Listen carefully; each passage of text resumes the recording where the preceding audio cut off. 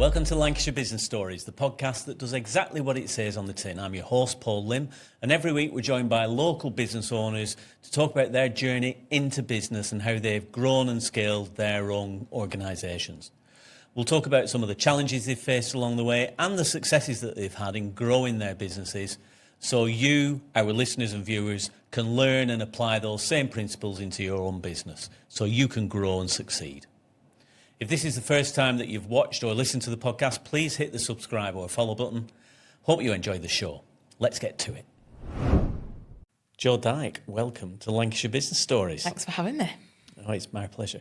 So, as per usual, we're going to talk a little bit about your background and how you got started, what kind of jobs you had when you first started out, how you then became a business owner, what the business does, and how you help people, and some advice for other business owners, our listeners and the viewers out there, because the podcast is here to do two things. Number one, it's to help you and get your business name out there. And secondly, it's to help our listeners and viewers who are predominantly business owners about the challenges about being in business. So how did you first get started? What was your first job? So I went to sixth form after leaving school at Errington Black Road in advanced GMVQ in business studies.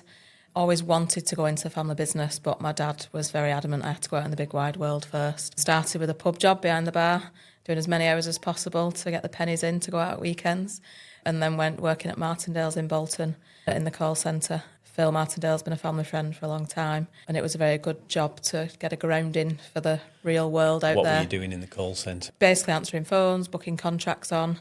I did that for a couple of months, then got promoted to be a customer service sort of manager, liaising with the insurance companies and the teams, going out seeing the different teams at the insurance companies and being that person that made that bridge between sort of our business and their business. I did that for about 12 months, and then my dad finally succumbed to letting me go working for him in the skip company. Wow. So and started there, just took over from my mum. Mum retired in 2003 when I went on board, so started doing the accounts and the wages and things like that, and then progressed to transport planning.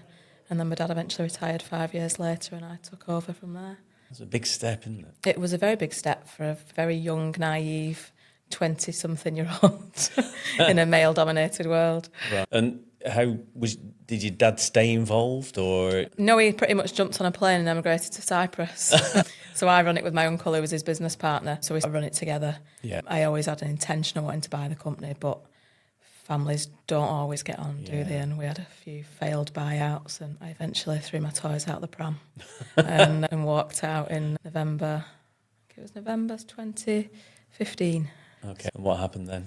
I was done with Skip World, to be honest with you. I was like, right, this is it. Let's go and do something new. And then an off-chance call came from a customer who I'd never met before to complain about the service on my mobile, and I explained to him I weren't there anymore. And he said, why don't we buy it together? So we met for the first time a couple of weeks later, and the second time we met, we'd signed for the business in the February, and we were business partners. That was February 2016. Wow. So that's quick movement. Yeah, very quick move. He was a very knowledgeable businessman. He's got another building company under his wing with like 200 people that work for him. So let's just take a step back to the first part of that journey, when you got involved in the business the first time round. What were the biggest challenges for you? Because although you'd done some business studies, you'd never run a business before. No. What were the biggest challenges for you at that point, do you think? I think the first challenge was proving myself to people that were there. My dad was a farmer by trade. He'd earned his stripes to a degree where people had respect for him. Yeah. And it was, here comes the daughter. She's going to do what she wants. She's not going to be working full time. Because how many people were in the business then? Probably about 15. So we were quite a small local business back then. How did you go about that then? Because it must be a really difficult situation to land yourself in, where all of a sudden you're in charge and you've got all these people looking to you for direction. I've adopted the approach of, if I don't do it, I can't expect someone else to do it. Yeah. So I'd be there at 6 a.m, I'd open the gates myself, I'd unlock the office, I'd greet all the staff. I learnt every aspect from going out with a driver to see what they actually do, rather than just think that I know what they do out there. I've been known to be in the yard, picking on a picking belt. I'll jump in where needed, and I think that sort of sets you up because people have a bit of respect for you then. So they know you're a grafter. Yeah. You probably graft more than some of the others. Historically, yeah. I'm learning to take a little bit slower these days, but yeah. And what about when you went into business again with a new business partner who wasn't part of the family? Yeah. That must have been It was exciting, to be fair, because I had the knowledge of the skip industry and the day-to-day running, and he had the business knowledge that I didn't have, that as much as I'd try to learn it, you get baffled with spreadsheets and accounts and you bury your head in the sand and you don't understand them, and sometimes your accountant doesn't understand it in the way that you need to understand it. So it was great to learn off him, as much as we didn't really know each other. We sort of both went in on a bit of a whim. So that was 2016. The skip industry and the waste industry is a very competitive industry, isn't it? It is, competitive market sector. So how have you helped to grow the business since that time? We've always been quite bold within Lostock. Yeah. I get called the oracle from other skip companies. Like, they ring me and go, "Joe, what are you doing with your skip prices?" And I'm like, "I'm doing what I'm doing with my skip prices, because it's where I need to be. It's not where you're going to be. It's not where someone else is going to be. Yeah. It's what's got to work for us." We've never been the cheapest, and we don't want to be the cheapest, but we're good on our service, and we pride ourselves on that, and we have done since Mum and Dad's days, and we still pride ourselves on it now. So yeah, I think it's predominantly that we're a trusted local company that people see out there, and people get what they pay for, don't they? you do get what you pay for, yeah. You're not going to have to worry that our waste is going to get fly tipped up George's Lane. So I was going to say, how do you differentiate yourself from the other skip companies? Because there'll be some out there who are cheaper, as you say. You're not the cheapest. How do you differentiate what you do for those? We try quite a lot with our social values, so we like to give a lot back. Local sporting clubs, Bolton Hospice, charity events we'll get involved in. And I think that separates us a lot from other people, because they don't choose to do that. They tend to either line their own pockets or not give as much back. And again, we've been trading a long time. We're reputable. With DVSA Earned Recognition, which we're the only skip company in the Northwest to be Earned Recognition scheme. We were invited on that about 3 years ago to join the scheme. And just accreditations, really, to give us that rubber stamp to make sure that people know when they're ringing us that they get what they pay for. It's not just been organic growth, though, has it? No, it's not. No, there's been a lot of investment. When Clean Air Manchester kicked in, when Andy Burnham decided we all needed to upgrade our fleet, and we took the plunge and spent 1.6 million on wagons for it to get regressed back and decide we're not doing it anymore. But it was the best thing that we could have done for us. We were running a very old fleet. Yeah. It took us another level to make us to be where we needed to be. Yeah. So as much at the time, I was very angry with Andy Burnham. Yes. I'd probably say thank you very much now. You've not met him yet? I've not met him yet, no. I did very nearly go to a Q&A that he was doing at the time, but I had to refrain from doing so because... Probably not in the best place at the time. Not in the best place at the time, no. It wouldn't have been good PR. And have you grown through acquisition as well as organically? Yeah, probably about 15 years ago, we bought Bolton Skip Hire, took on board the staff from there. One of the owners came working for us for a short period of time. And then since then, we bought A1 Skips in Chorley. We took over Able Skips in Leyland and Preston Skip Hire as well. So, yeah, one good thing with my business partner was that he'd see an opportunity and I was busy beavering away dealing with skips. He was negotiating deals with administrators where a company had gone under, trying to get domain names and phone numbers. It's interesting because we talk to clients all the time about growth and how they're going to grow. And there are a lot of businesses out there who are either struggling or are just plateaued, or they've got an older business owner in charge and they've taken their foot off the gas and they're just earning a bit of income and it's fine and they don't know what they're going to do with the business in a few years when they retire, who are ripe for acquisition. And the research tells us that often it's up to 7 times cheaper to grow through acquisition than it is to actually go out and buy a new customer. Yeah. If you think about the cost of buying customers into your business and how much profit you're making from them, and the cost of actually buying a business that's got a ready-made set of customers and regular, loyal users of the business, it's much cheaper to go out and buy that list and buy those customers than it is to try and market yourselves and win them off other people. Yeah, and also it upsets the apple cart by doing that because you end up in a bidding war with... Yeah. I've been head-to-head with another local skip company where a 8-yard skip should have been like £220 plus VAT, and we ended up at £80 plus VAT because we were just fighting for it. And I went, "Do you know what? Take the job. I don't want it. I'm not getting into that." Yeah. And I think if all you can win a job on is price, and price is important, obviously, but if it's all that you've got in your armour, it's always going to be a race to the bottom, and you might survive, but you're never going to make that much profit. No. So you've got to be able to differentiate yourselves in another way and provide value for your clients, haven't you? Yeah. Whatever sector, whatever industry you're in. So what have been some of the other challenges? Because I know things like the waste management sector is notorious from a health and safety and fire viewpoint. It is, yeah. You must have to do a lot of work around that. We do. So we've just moved in our new offices in June last year. So we've redeveloped all the yard on the back of that.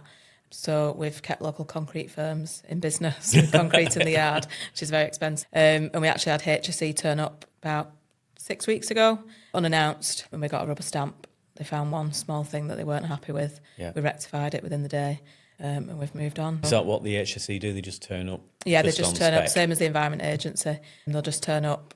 You don't know they're coming. Yeah. Unfortunately, me and my partner, we weren't on site at the time. We were at a hospital appointment. But we've got a really good team at Lostock, so they just dealt with it. And I think having the good team there and supports us in doing what we do.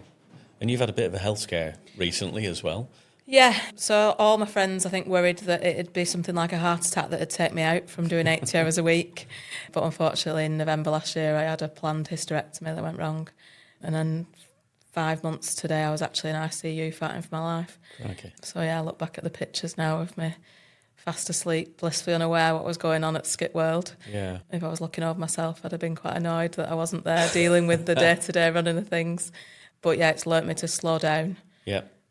Sit a little bit higher up and have a look at what I should be doing rather than answering phones and get involved in day-to-day It's office. nice to see you looking so well and healthy. Yeah, a bit of fake tan has helped, I think. And it's sunshining today. And it in is Bolton. sunshining, yeah. So yeah, so we've got the sunset smiles all out. round. Yeah, no, it is. It's nice. And when you've had that time out of the office and you come back, have things changed, or is everything running as smoothly as you thought it would do, or didn't think it could do without you?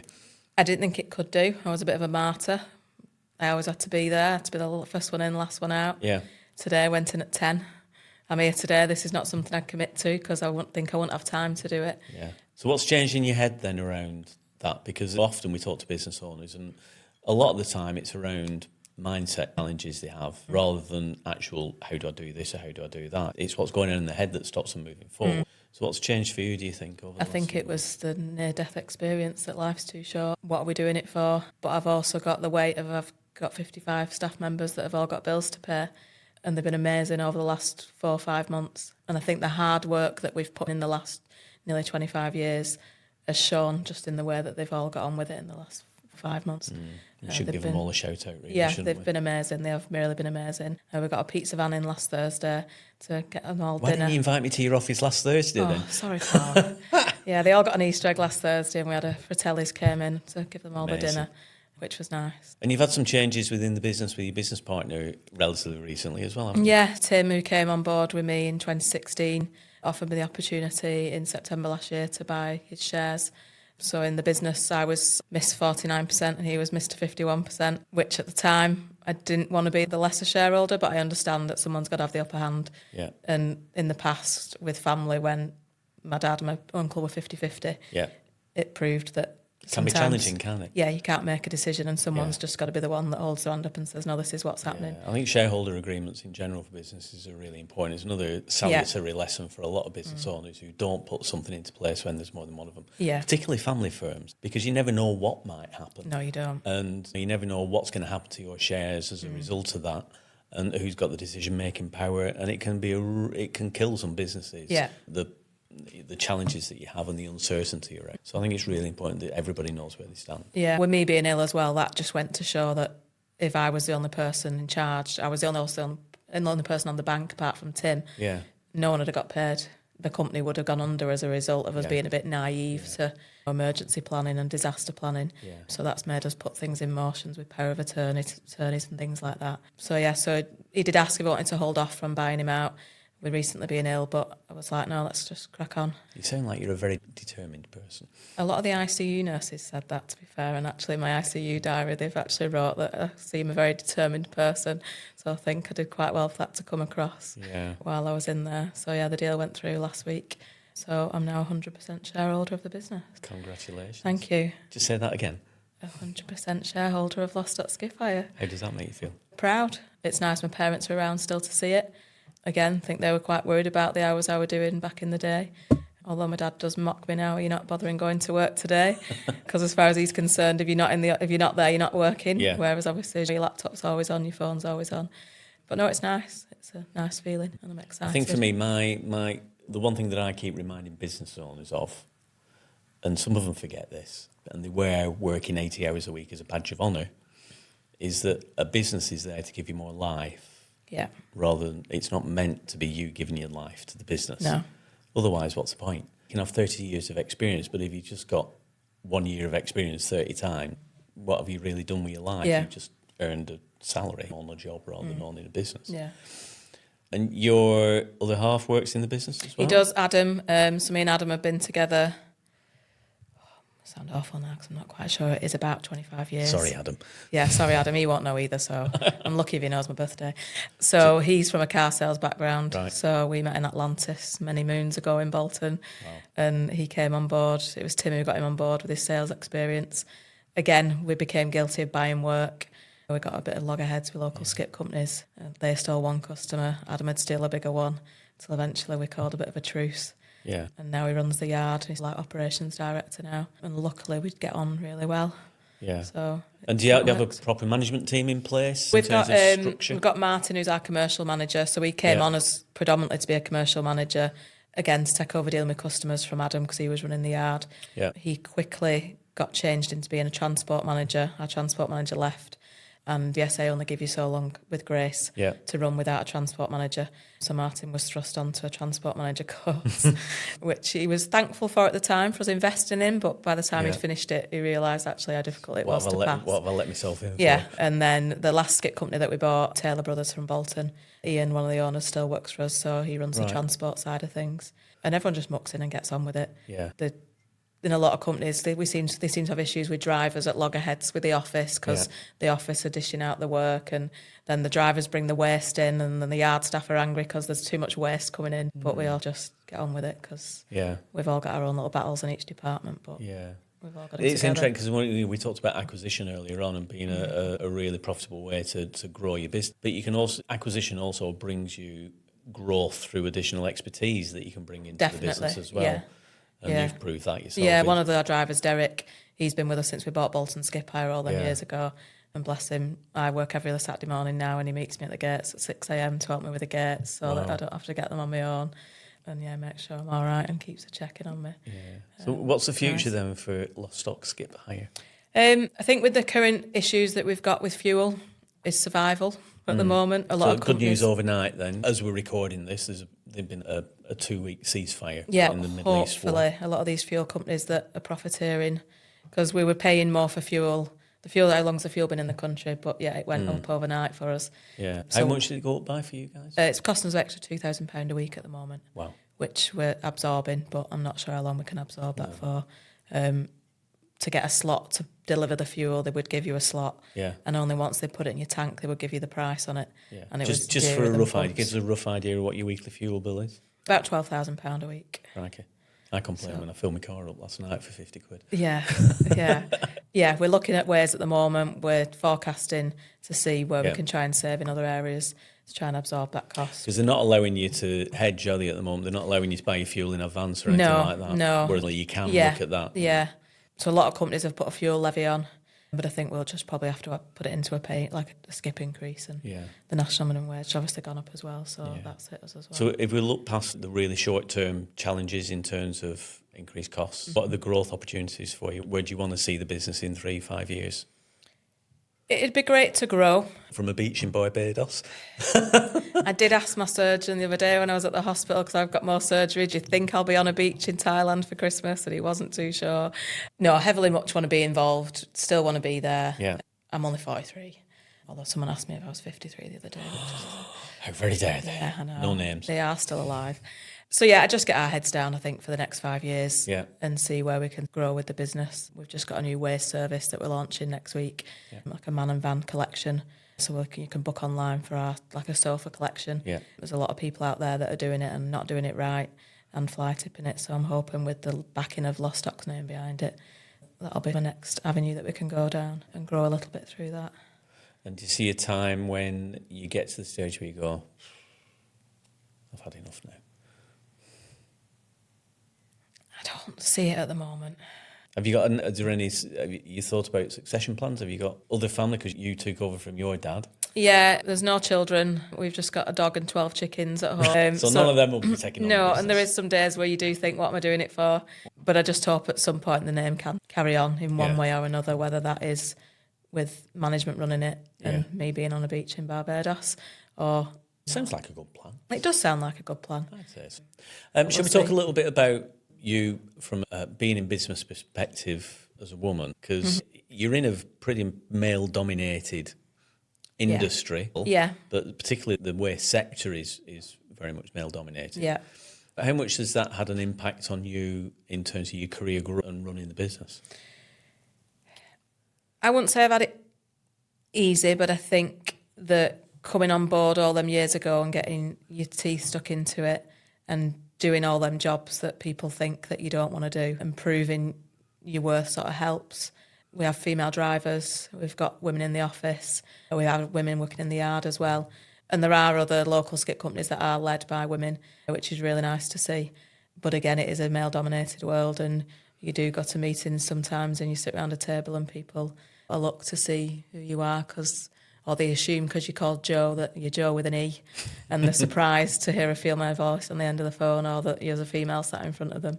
Yeah. I have had in the past where someone said, no, I want to speak to a male boss, not to a female boss. And it's hard because we've got a lot of builders that have used us for years as well, and they're in the 60s and they're quite stubborn in the sense that you shouldn't be doing the job that you're doing. But yeah, just got to keep fighting on for the women out there in construction. Yeah. Do you find that you have to adapt and speak differently to people?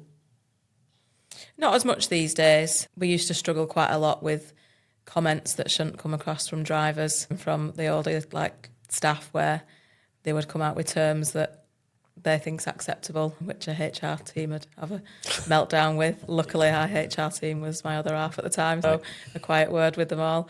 But no, we've got a good team there, and I don't know what it's like for other people out there, but I'm quite proud of the team that we've built, and they are quite respectful of us. And having sort of women drivers and women working in the yard, which traditionally have been seen as male-dominated, in a deliberate ploy on your part, have you been actively, positively working towards that, or is it just the best person? It's naturally come as well with me owning the company. Yeah. I think it naturally comes where women have been drawn to come and work for us. Yeah. Wrongly or rightly, sometimes they find women a bit more approachable to come and have a conversation with. Depending on what day of the week it is, I might not be that approachable, and they might go to our transport manager instead. Yeah. But yeah, if it's whoever's best for the job at the end of the day. No one gets discriminated for being a female if they want a driving job. Or a male. Or a male, yeah. But yeah, it's whoever's best for the role. Okay, all right. So let's talk business for a minute. If you had a bit of advice for either your younger self before you took on a role in a business like this, rather than just owning a job, or for somebody who's thinking of starting their own business, what would be your best piece of advice, do you think, for somebody who's just about to do your homework? Do your homework. If you're going to start your own business, have a look what's out there already in the sector. See how you can be different from those people out there and try and think outside the box. Or outside the skip. Or outside the skip, yeah. Obviously, I only know from my experience the way that I did it, and it did work for me. The only thing I'd probably do differently would maybe not work as hard initially, but that set me up for where I am now, where I have been able to do my own phased return to work. So just get a good grounding and get your business settled first, and don't walk before, what's the term? Walk before you run. Walk before you run, yeah. Yeah. I think the research is crucial. If you've got a good business idea, thinking about going into business for yourself, do your research first. Yeah. Is there a good target market out there? Have you got a problem that they're going to buy? They've got a problem that you can solve for them. Is it going to be a profitable business for you? What do you need to learn? What do you need to understand? Make sure you've got some money in the bank as a contingency fund for when it does hopefully not go wrong. But I feel like now with the fuel crisis that luckily there's money in the bank that can support that. Yeah, and we are living in uncertain times. Obviously, at the moment, as we record this, it's more uncertain than it has been for a long while. But hopefully there's a little chink of blue sky on the horizon. Yeah, and from our point of view, I'm hoping that selfishly, not as many people might be going away this year. They might spend time doing the houses up. I know I spent the weekend in the garden, tidying up the garden, things like that. So hopefully for Skip World. I've seen a lot of skips out and about on the estates around where I live, where my other half lives. In terms of general business, for business owners who are out there, or in particular for women in business, have you got a piece of advice for business owners or senior leaders and managers in business that you'd say is I just really think useful keep a very close eye on your purse strings at the moment. We're very good at monthly management accounts. And by the 14th of the following month, we know exactly what our expenditure was the month before. And that's something I learned from Tim. I didn't not pay attention to that, but he always paid attention to that. So I was quite lucky in that I could focus on the operational side of things. But I'm glad I've had to learn about it because I think it's very important, because it can very quickly catch you out if you don't keep your eye on those. I think numbers are lines. Numbers are the language of business, aren't they? It doesn't matter what language you speak. If you look at a set of accounts and look at the numbers for each team, you can tell how well or not the business is doing. A huge range of different measurements throughout the business, particularly in your sector, in your industry. Can you give us an idea of some of the other areas of the business where you measure things apart from obviously the financial numbers?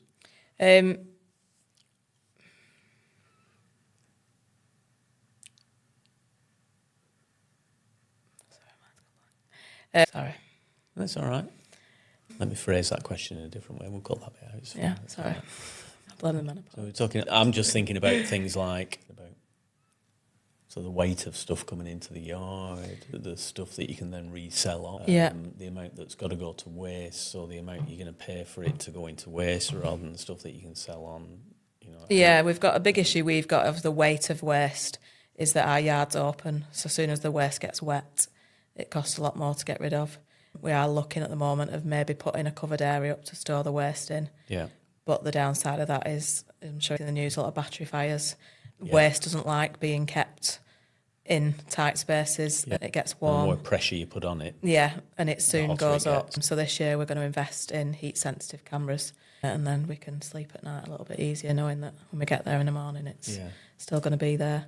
And that's just a balance, isn't it, between how much you've got coming in, how much of it you can send straight back out again, how much you need to keep, where the profit is, really. Just show you the numbers. Yeah, and see you could what do works your best. accounts and you think you've had a really good month, but you could have £100,000 worth of waste in the yard that you've not got rid of. Yeah. And I think that's another thing for small waste companies, that they really struggle to realise that the longer it sits in the yard, I've always said, either the more times you touch it or the longer it sits in the yard, it ends up costing you more money because it's just more cost efficient to get rid of it. Basically, it's work in progress, isn't it? It's like having stock, exactly like traditionally, people buy stock and then sell stock. You gather waste in and then have to get it out again as quickly as possible. Yeah. And if it's not, then it's work in progress and it's money tied up, isn't it? Yeah, definitely. Whichever way you look at it. Okay.